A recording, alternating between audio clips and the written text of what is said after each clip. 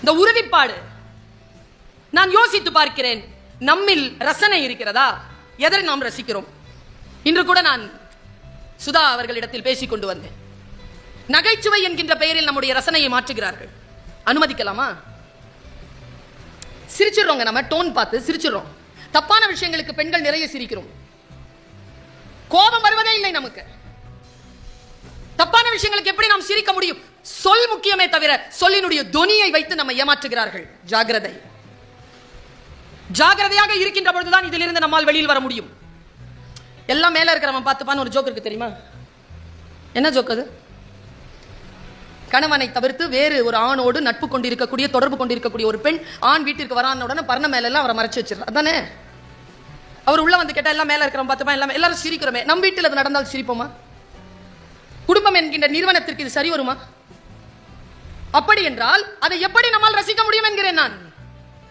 நகைச்சுவை கூட மாண்போடு இருக்க வேண்டும், பண்பாட்டோடு இருக்க வேண்டும் என்பதுதானே முன்னோர்கள் நமக்கு சொல்லி தந்திருக்கிறார்கள். ஒழுக்கக்கேடான விஷயங்கள் எப்படி நகைச்சுவையாக நம் சமூகத்தில் மாறியது என்று நான் கேட்கிறேன்.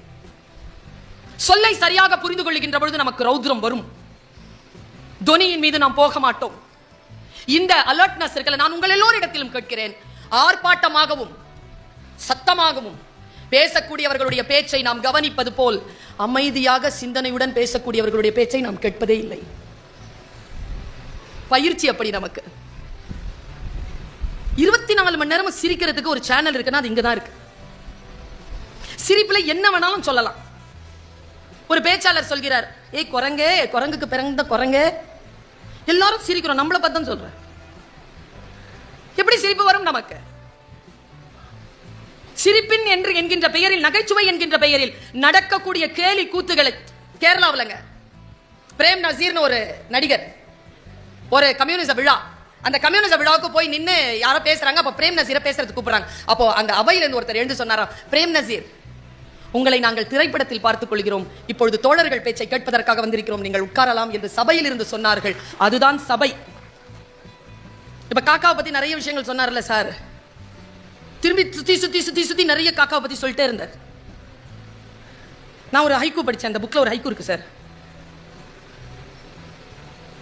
காகத்தின் கூட்டில் இசைக்க காத்திருக்கிறது குயில் முட்டை அப்படின்னு ஒரு கவிதை ரொம்ப பிடிச்சது எனக்கு. உண்மையிலேயே அது பிரில்லியன்ட் சார். அது காக்கா ரொம்ப பிரில்லியன்ட். ஆனால் அதை வைத்து ஒரு குறியீடாக வைத்து நாம் எதை மக்களுக்கு சொல்கிறோம்? அதில் அறம் இருக்கிறதா? அறத்திற்கான சொற்களா நம்முடையது? இதோ என் முன்னால் உட்கார்ந்து இருக்கிறார் என் தோழி புனிதா கணேசன். ஒரு முறை அவர் சொன்னார் எனக்கு ஒரு பஞ்சதந்திர கதை. நட்பு நான் என்னன்னு எனக்கு தெரிஞ்ச அந்த வினாடி அதிர்ந்து போனேன் நான். புனிதா இது உண்மையான்னு கேட்டேன். இப்படிதான் இருக்கும் பர்வீன், ஜாகிரதை. நான் தோழமை அப்படி என்னை ஒரு சாட்டை அடி அப்படி அடிச்சுது. அது உங்களிடத்தில் பகிர்ந்து கொள்கிறேன். பல இடங்களில் சொல்லி இருக்கிறேன். நினைவுபடுத்திக் கொள்வதில் என்ன பிழை?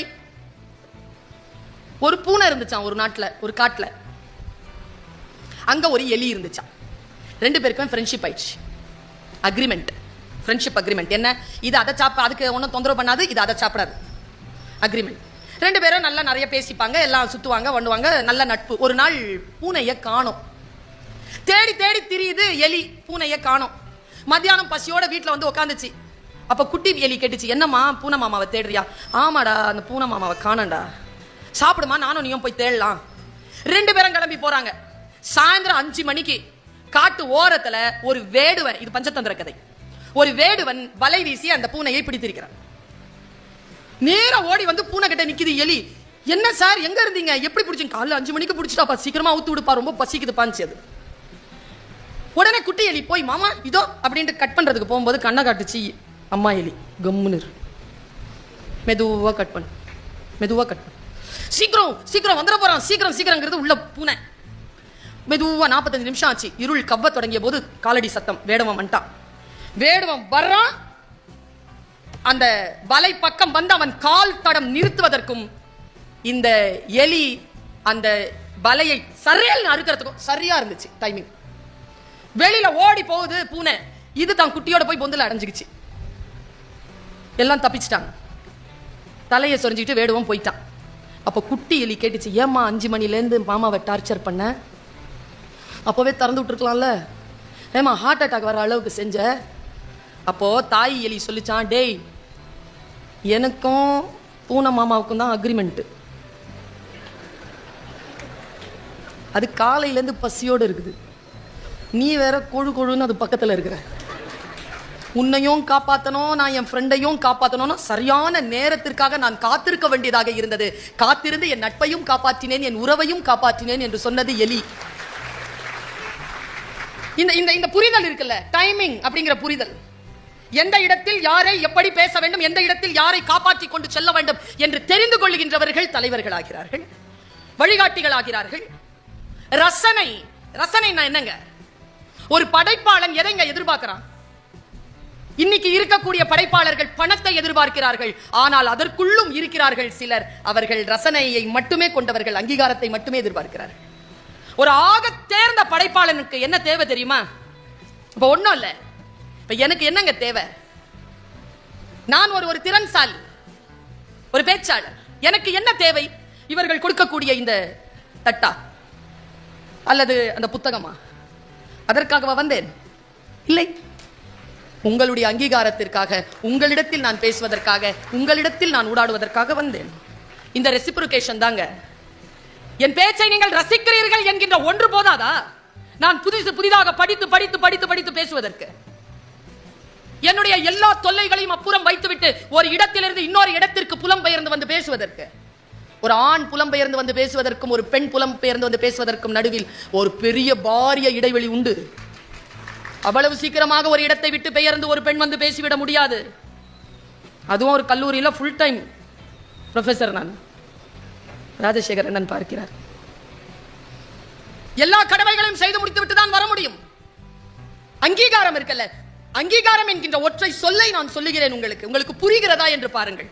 முடிந்தால் தகுதியானவர்களுக்கு அந்த அங்கீகாரத்தை கொடுங்க. கோபம் என்கின்ற சொல் புரிந்து கொள்ளுங்கள்.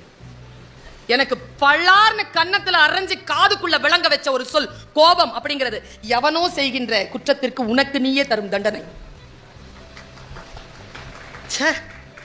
சூப்பர்ல, சூப்பர். சில பேர் இருக்கிறாங்க சார், நிறைய விஷயம் சொன்னார், ட்ரெயினை பத்தி நிறைய சொன்னார். நான் எப்பவுமே சொல்லுவேன், இப்போ எனக்கு 9:50க்கு ட்ரெயின் வச்சுக்கோங்க, நான் ட்ரெயினுக்கு போகணும், 9:50க்கு போய் ஏறணும், டிராஃபிக் வந்துருச்சு, என்ன ஆவேன்? நான் 9:45 ஆயிடுச்சு, என்ன ஆவேன்? என்ன ஆவேன்? அப்ப என் குருநாதர் எனக்கு சொன்ன ஒரு சொல், ஓடுற ட்ரெயின்ல ஓட முடியாது.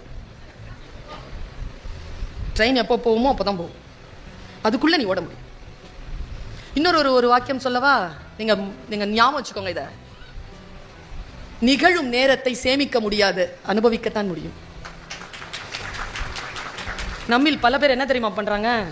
முக்கியமான ஒரு இடத்துக்கு போவாங்கங்க, அங்க போய் செல்ஃபி பிடிச்சி, என்ன இப்போ இடத்த பாரு, அதுக்கு தானே போனேன், அதை போய் ரெக்கார்ட் பண்ணிட்டு இருப்பாங்க. நான் பேசுறேன்ல, என் பேச்சு ரெக்கார்ட் பண்ணி எத்தனையோ இருக்குல்ல, ஆயிரக்கணக்கில் அங்க இருக்குல்ல, இதையே ரெக்கார்ட் பண்ணிட்டு உட்காந்துருக்கீங்க. கேளுங்களேன், உங்க முன்னால வந்து நீங்க பேசிட்டு இருக்கிறல, கேளுங்க. இந்த வினாடியை நீங்கள் அனுபவிக்கத்தான் முடியும், சேமிக்க முடியாது. சேமிப்பது வேறு யாருக்காகவோ தான், உங்களுக்காக இதை சேமித்துக் கொள்ளவே முடியாது.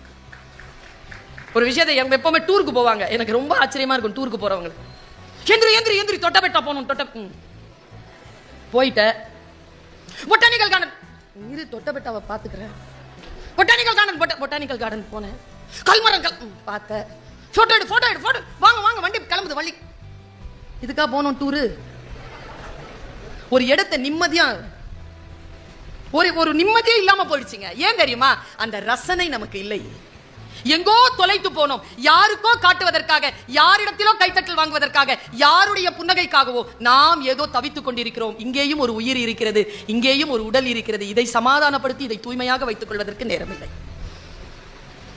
ஒரு படைப்பாளனுடைய ஆகப்பெரிய விஷயம் அங்கீகாரம். நாம் கொஞ்சம் கூட தகுதி இல்லாதது கோபம். கோபமாக இருக்கக்கூடியவர்கள், நான் சொல்லட்டுமா? கோபமாக இருக்கக்கூடியவர்கள் நிறைய பேர் இருப்பீர்கள். இங்க யாரையாவது பார்த்து சத்தம் போட்டு பேசுவீங்க. சத்தம் போட்டு பேசுவீங்கன்னா நீங்க கோபமா இருக்கிறீங்கன்னு அர்த்தம் இல்லை, அது அசூயைன்னு அர்த்தம். அதுக்கு கோபமுடையவர்கள் என்ன செய்வார்கள் தெரியுமா? முன்னால் இருக்கின்றவர்களை நிராகரிப்பார்கள், சைலண்ட் ஆயிடும். அதை விட ஒரு தண்டனை அவனுக்கு தந்துவிட முடியுமா? கைகேயிங்க, அவன் புருஷன் மேல அவ்வளவு கோவங்க, அவளுக்கு தன் வாழ்க்கையே நாசம் பண்ணிட்டான், தனக்கு தெரியாமன்னு தெரிஞ்சு போச்சுங்க. செத்துட்டாங்க, அவன் கீழே வந்து செத்துட்டான். தசரதர் இறந்துட்டார். பார்த்தாங்க, என்ன பண்ணான்னு கம்பர் எழுதினார் தெரியுமா? போய் தூங்கிட்டாளாம். அப்போ எனக்கு ஒரு பேருண்மை தெரிந்தது. அன்பிற்கு இருந்து விட வேண்டும் என்று முடிவானதற்கு பிறகு உனக்கும் எனக்கும் நடுவில் எதற்கு பகை என்ற புதிய உறவு? பிரியனோன் முடிவு. யாரால யார் பிரிஞ்சா பிரிஞ்சிட்டல்ல, முடிஞ்சு போச்சு கதை. There stops, there ends everything. மத்ததெல்லாம் ஹேங் ஓவர் தான். இறந்துட்டாங்கல்ல, கண்ணை மூடுறாங்க, அந்த வினாடியில எல்லாமே முடிஞ்சது, அவ்வளவுதான். மத்ததெல்லாம் ஹேங் ஓவர் தான். உண்மையாக புரிந்து கொள்ளக்கூடிய திறமை நம்மில் பல பேருக்கு கிடையாது. நான் ரசனை என்றால் என்னன்னு இதோ இப்ப சொல்றேன். அப்படிங்கிற ஒருத்தர், அதற்கு டீனார் பெரியார்ங்கிற படம் எடுத்தவர், அவர் என்னை அழைத்து காட்சிப்படுத்தலும் கதை சொல்லுதலும் காண அந்த பாடத்திட்டத்தை வகுக்க சொல்லி பாடம் எடுக்க சொன்னார். அந்த பிள்ளைகளுக்கு 3 வருடங்கள் நான் அங்கே விசிட்டிங் ப்ரொஃபஸரா இருந்தேன். நான் வடிவமைத்து கொடுத்த அந்த கதைகளில் அவரும் நானும் உட்கார்ந்து வடிவமைத்து கொடுத்தோம். அந்த கதைகளில் ஒரு கதை இதுவரைக்கும், அந்த கதையை நான் படிச்சு எடுத்து இது குழந்தைகளுக்கு கண்டிப்பா சினிமா எடுக்கிறவங்களுக்கு இது கொடுக்கணும்னு சொல்லிட்டு முடிச்சிட்டு நான் வந்து இதுவரைக்கும் 10 வருஷம் ஆச்சு, என்னால அந்த கதையை மறக்க முடியல. நான் எங்கேயும் சொன்னதில்லை, இதை நான் வெளிப்படுத்தினதில்லை. இன்னைக்கு தோணுது, சொல்றேன். ஒரு ஆகப்பெரிய கலைஞன் இருந்தான். இது ரோஜா அத்தர் அப்படின்ற ஒரு கதை, சாகித்ய அகாடமி விருது பெற்ற கதை. இந்த கதை மூலத்தில் எழுதப்பட்டது தெலுங்கில், அது மொழிபெயர்க்கப்பட்டு இருக்கு. மொழிபெயர்க்கப்பட்ட கதை குழந்தைகளுக்கு நாங்கள் பாடமாக கொடுத்தோம். அந்த கதை வந்து ஒரு 7 பக்கம் தான், 6.5 பக்கம் இருக்கும். 7வது பக்கத்துல முடியுது கதை. யார் அந்த ரோஜா அத்தரின் பாட்டுடை தலைவன் என்று சொன்னால், அவன் ஒரு அத்தர் தயாரிக்கிறவங்க. நீங்க பார்த்திருக்கிறீங்களா? கிருஷ்ணா ஸ்வீட்ஸ் முரளி மணிப்பூர்ல நாங்க வந்து ஒரு ப்ரோக்ராம் பண்றதுக்கு போனோம். அப்ப வந்து கவர்னர் எல்லாம் உட்கார்ந்துருக்காங்க. நாங்க வந்து பாரதியாருக்கான ப்ரோக்ராம், நாங்கெல்லாம் அவையில உட்கார்ந்துருக்கோம். அவர் என்ன பண்ணார், அவருடைய கடையில இருந்து ஒரு டிஃபரெண்டான மைசூர் பாக்கை எடுத்துட்டு வந்தார். எடுத்துட்டு வந்துங்க, அவ்வளவு பெரிய முதலாளி அதுல இருந்து ஒண்ணு எடுத்து தன் உடலை பாதியாக்கி அந்த கைய அந்த பிளேட்ல வந்து அது அந்த ஸ்வீட்டை வச்சு அந்த கையை கீழே வச்சு அப்படி பணிவா எல்லாருக்கும் கொடுத்தாருங்க. அவர் அது கொடுக்கும் போதே, ஓய் இது வெறும் ஸ்வீட் இல்ல, சப்புன்னு கடிச்சு சாப்பிட்றாத, கண்ணை மூடி ஒரு நிமிஷம் தியானி அப்படின்னு சொல்லுதுங்க. அந்த ஜெஸ்டர் அப்படி சொல்லுது. நான் அப்படியே ஆடி போனேன் அவர் கொடுத்த விதத்துல. ரசனையோடு ஒரு வேலையை செய்கிறீர்களா? நான் ஏன் வெற்றி பெற்ற பேச்சாளராக இருக்கிறேன்? நான் என்ன சொல்கிறேனோ அதை நான் ரசிக்கிறேன். நான் ரசிக்காம அது உங்ககிட்ட சொல்றதே இல்லை. நான் முழுமையாக என் ரத்த நாளங்களில் என் ஆன்மாவுக்குள் போட்டு அதை மென்று தின்று அந்த உமிழ்நீரை எல்லாம் விழுங்கி விட்ட பிறகுதான் உங்களிடத்தில் அதை நான் சொல்கிறேன். அதனால் தான் அது இங்கிருந்து வருது. ஒன்றை எப்படி ரசிக்கிறது? ஒருத்தன் ஒரு அத்தர் செய்யற ஒருத்தன், அத்தர்னா தெரியும்ல, வாசனை. சொல்லுங்க, வாசனை. ஏங்க அது திரவம் தானேங்க, ஏங்க திரவியம்னா சொல் தானே, அது வாசனை திரவம் தானே, அது ஏன் திரவியம்ங்கிறோம்? செல்வம்ங்க அது. வாசனை வந்து செல்வம். அது அவ்வளவு சீக்கிரம் வராது கையில. ஒரு அவுன்ஸ், அதுல அவன் சொல்லுவான் அந்த கதையில, ஒரு அவுன்ஸ் நான் வந்து ஜாஸ்மின் மல்லிகைக்கான ஒரு அத்தரை தயாரிக்கணும்னா 1,00,000 மலர்களை பிழிந்தாக வேண்டும். 1,00,000 மலர்களை பிழியாமல் என்னால் ஒரு அவுன்ஸ் எடுக்க முடியாது. 2,00,000 ரோஜா இதழ்கள் பிழியப்பட்டால் தான் ரோஜா அத்தர் வரும். இவ்வளவுதான் இருக்கும் அத்தர். அவன் பாக்தாத்தில் இருக்கக்கூடிய இளைஞன், அங்க தேடுறான். அவன் நிறைய புகழ் பெற்று விட்டான் அந்த ஊர்ல. எங்கேயோ ரசிகன் இருக்கிறான்னு அவனுக்கு தெரிஞ்சு போச்சு. அந்த ரசிகன் இருக்கிறது இந்தியாவில். அந்த இந்தியாவிலையும் ஹைதராபாத்ல இருக்கிறான். அவன் ஹைதராபாத்ல அன்றைக்கு ஆட்சி செய்து கொண்டிருந்த நிசாம். தெரிஞ்சு போகுது அவனுக்கு. அந்த ரசிகனை தேடி அத்தர் எடுத்துக்கிட்டு வராங்க. இதாங்க கதை. நான் அப்படியே சொல்றேன், நீங்க கேமரா ஆன் பண்ணுங்க. பாக்தாதிலிருந்து ஒரு இளைஞன் குதிரை ஏறி இந்த பெரிய ஆடையோடு தலையில் பெரிய தலப்பாகையை கட்டிக்கொண்டு அத்தரை பேழையில் வைத்துக் கொண்டு குதிரையில வரான். கப்பல்ல இருந்து குதிரையில வரான். வந்து அந்த ஹைதராபாத்குள்ள நுழைஞ்சிட்டான். நுழைஞ்சதும் அவனுக்கு தெரியுது இந்தியன் பாலிடிக்ஸ். அவனால் நிசாமை சந்திக்க முடியவில்லை. திவானை சந்தித்தால் தான் நிசாமை சந்திக்கும். நேரா திவானை போய் பார்த்தா திவான் ஒரு லூசு. அவனுக்கு ரசனையே கிடையாது. அவன்கிட்ட போய் எப்படி இந்த விஷயத்தை சொல்றது? இருந்தாலும் போறான். போய் அவ்வளவு அழகா ஒரு பட்டு துணியை விரிச்சு தான் வெல்வெட் அந்த பேழையில வச்சிருந்த கூடிய அந்த சந்தன இதை எடுத்து அத்தரை எடுத்து அவன் முன்னால் அப்படி கொடுக்குறான். அவன் அதை பார்த்துட்டு, வாட் இஸ் திஸ் நான்சென்ஸ், ஓ எழுது இவனை நகத்து, அதை அந்த பேழையை தூக்கி வை, இவனை வெளில போக சொல்லு அப்படின்றான். அவன் மனம் நொந்து வெளியில வரான். வேற ஒருத்தரை போய் வேற ஒரு மந்திரியை பார்க்க போறான். அங்க மல்லிகைப்பூ இதை அவன் 3 தான் கொண்டு வரான். ஒன்னு சந்தனம், ஒன்னு மல்லி, ஒன்னு ரோஜா. அங்க போய் அந்த மல்லிகை பூவை அவனுக்கு கொடுக்குறான். கொண்டு போயிருவானோன்ட்டு அவனை துரத்தி விட்டுறான். கையில இருக்கிறது ரோஜா அத்தர். எப்படியாவது இது நிசாம் கிட்ட சேர்க்கணும்னு முடிவு பண்றாங்க. அவன் இன்றைக்கு எத்தனையோ படைப்பாளிகள் அங்கீகாரம் இல்லாமல் தவிக்கிறார்கள் இல்ல, ஒரு விஷயத்தை விற்க முடியாம தவிக்கிறாங்கல்ல, அவங்களுக்கு எல்லோருக்குமான கதை இது. தன்னுடைய படைப்பு மிக உயர்ந்ததாக இருக்கின்ற பொழுது சபைப்படுத்த முடியாமல் தவிக்கக்கூடிய கலைஞர்களுக்கான ஔஷதம் இந்த கதை. அவன் என்ன பண்றான், அதை எடுத்துட்டு எங்க நிசாம் வெளியில வருவானோ அப்ப அவன் கையில கொடுத்துடலாம்னு சொல்லிட்டு காலையில அவன் எப்பவுமே குதிரையில உலா வருவான் அப்படின்றது அவனுக்கு தெரியுது. நேரா போய் அந்த கோட்டைக்கு வெளியில கும்பலோட நின்னுக்கிறான். குதிரை சத்தம் கேக்குது, கண்வாய் வருது முன்னால. நேரா கொஞ்சம் கொஞ்சமா நகர்ந்து அந்த அந்த நிசாமுனுடைய அந்த குதிரை வரக்கூடிய பக்கத்துல போய் நின்னுட்டாங்க.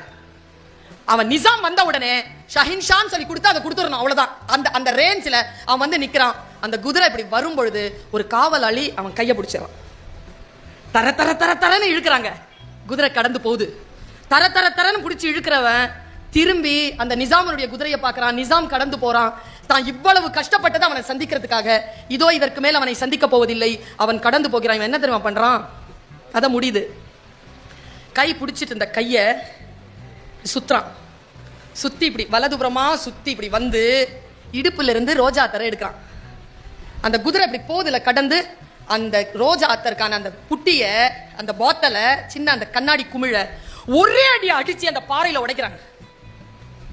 இந்த பாறையில் உடைத்த அந்த ரோஜா அத்தரின் மனம் அப்படியே பரவ, குதிரை போயிட்டு இருந்த குதிரை அது அப்படியே எழுதிருப்பாருங்க. அவரு அப்படியே எடுத்து மூண்டு நிக்குதுங்க, அது கால் தூக்கிக்கிட்டு. அவன் எதுக்காக குதிரை நிக்குதுன்னு பார்த்துட்டு அந்த மனத்தோடு அவன் ஒரு நிமிடம் கண்ணை மூடி அதை முழுமையாக சுவாசிக்கிறான்.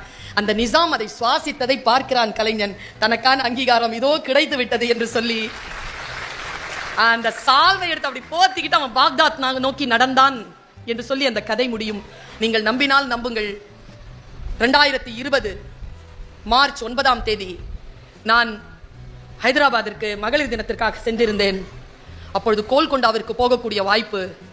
போய் நீங்கள் நம்பினால் நம்புங்கள், அந்த பாறைகளை தொட்டு முகர்ந்து பார்த்தேன். அதில் ரோஜா மனம் இருந்தது. ரசனை அதுதானே. ஒரு மனிதனுக்கு இதை விட வேறு என்ன வேண்டும்? நம்முடைய வாழ்க்கையில் நாம் கவனத்துடன் இருப்பதும் ரசனையுடன் இருப்பதும் தான் நமக்கான விஷயங்கள். கோபம்